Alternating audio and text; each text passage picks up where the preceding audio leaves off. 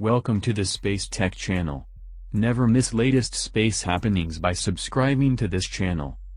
Earth faces triple threat from space, as direct impact predicted. A solar storm is predicted to hit the planet in a direct hit this Monday.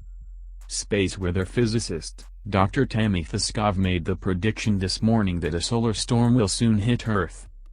Data from both NASA and the US-based National Oceanic and Atmospheric Administration, NOAA, predicts that the astronomical phenomena will be impacting the planet over the next 2 weeks. The NOAA's 3-day outlook predicts that there is an 80% chance of a major storm on Monday, March 14th. Their current predictions include a 20% that the storm will impact the UK. Aurora, a beautiful light show in the sky seen in high-latitude areas, is expected to be seen further towards the equator than normal during the storm. There are also expected to be issues for amateur radio and GPS systems, particularly near dawn and dusk. Dr. Skov tweeted yesterday, "Direct hit. NOAA and NASA prediction models show solar storm to hit Earth between 12 o'clock and 2100 hours UTC March 13th. Impact should be strong. Expect aurora deep into mid-latitudes, amateur radio and GPS reception issues, especially near dawn, dusk, and on Earth's night side." She added this morning, "Solar storm and aurora 5-day outlook. Busy week with a triple threat. A big solar storm is coming sandwiched between a glancing blow from a previous solar storm and some fast solar wind. A relatively weak C-class solar flare blasted from the Earth-facing side of the Sun on Thursday last week." While Dr. Tony Phillips of SpaceWeather.com stated that these flares are usually unremarkable, this one lasted for nearly 12 hours.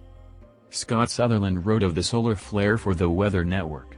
As this long-duration flare was blasting out energy into space, it was accompanied by the eruption of a cloud of charged solar particles, known as solar plasma cloud, a solar storm, or a coronal mass ejection, CME. He added, "Even a glancing blow by a CME is often enough to cause a geomagnetic storm. In this case, though, it appears as though Earth will be affected by the densest part of the cloud.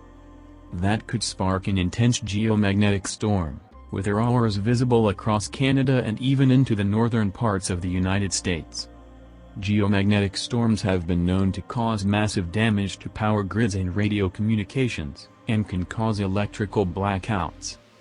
While Earth's atmosphere and magnetosphere allow adequate protection against radiation at ground level, astronauts can be subject to potentially lethal radiation poisoning. Most of the time, however, the most noticeable impacts of a geomagnetic storm is the vibrant displays of aurorae we call the northern and southern lights.